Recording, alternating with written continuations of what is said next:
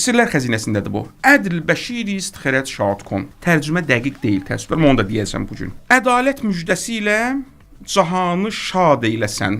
Ədalət müjdəsi ilə cahanı şad eyləsən. Tərcümə səhvdir. Cahandan söhbət getmir, ağıldan söhbət gedir. Ədalət xərət yəni ağıl.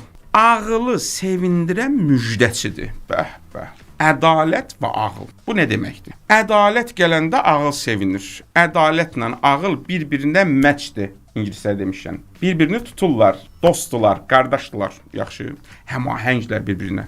Belə bir şey var, termin var. Bunu deyim gənclər lazım olar istifadə eləsinlər. Bir cümlənin məntuqu var, məntuq. Məntiq yox, məntuq. Bir də məfhumu var. Azərbaycan dilində məfhum işlənir, məntuq işlənmir. Məntuq nədir? Məntuq budur.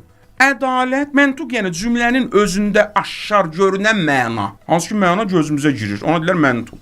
Nitqə gəlmiş.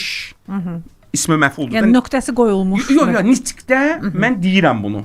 Nitqdə deyirəm. Məsələn, deyirəm ki, oğlum, yalnız həkimlərlə oturdur. Məsələn, oğlum həkimlik oxuyur. Deyirəm ki, özünü inkişaf etdirmək üçün yalnız həkimlərlə oturdur. Bunun məntuqu budur. Yalnız həkimlərlə oturdur. Məfhumu nədir bəs? Anlaşılan, məfhum yəni anlaşılan. Nitqdə deyilməyib, amma ondan anlaşılır. Yəni, qeyri-həkimlərlə oturub durma. Buna məfhum. İndi burada ədalət ağılı sevindirən müjdəçidir. Bunun məntuqu nədir? Ədalət ağılı sevindirir. Bu məntuqdur. Yəni, ədalətlə ağıl həmahəngdir. Məfhumu nədir bəs? Ədalət olmayan yerdə ağıl yoxdur. Bu da məfhumudur, anlaşılır. Bu nə deməkdir? Bu o deməkdir ki, bir insan nə qədər savadlı olsa, dünyanın kitablarını oxusa, amma ədalətsiz adam olsa o qərarlarında, o ağılsızdır. Nizami Gəncəviyə görə.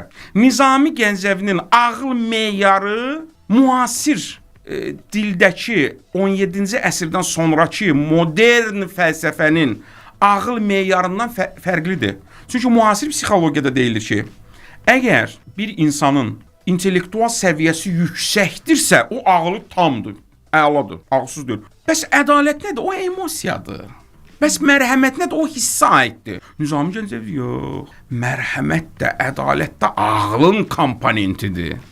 Yəni emosional intellekti. Bəli, ağla gətirir. Empatiyanı. Bəli, o ağlındır, rasionallığındır.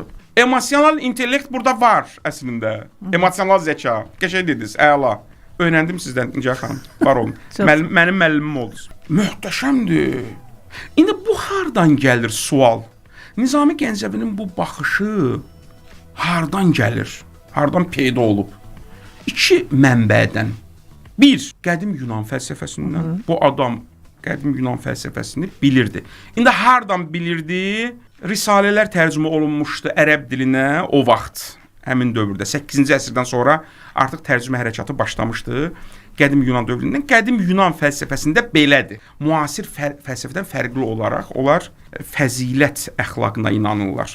Bu bir mənbə. İkinci mənbə də İslamdır. İslamdır. Quranın məntiqi, hədisin məntiqinə görə belədir. Bir insan yüksək savadı var, professordur, həkimdir, hüquqşünasdır. Amma puldan başqa onun heç bir ibadət etdiyi yer yoxdur. Ancaq pula sitayiş eləyir. Pulu ver, əməliyyat eləyim. Pulu ver, sənin xeyrinə hökm çıxarım.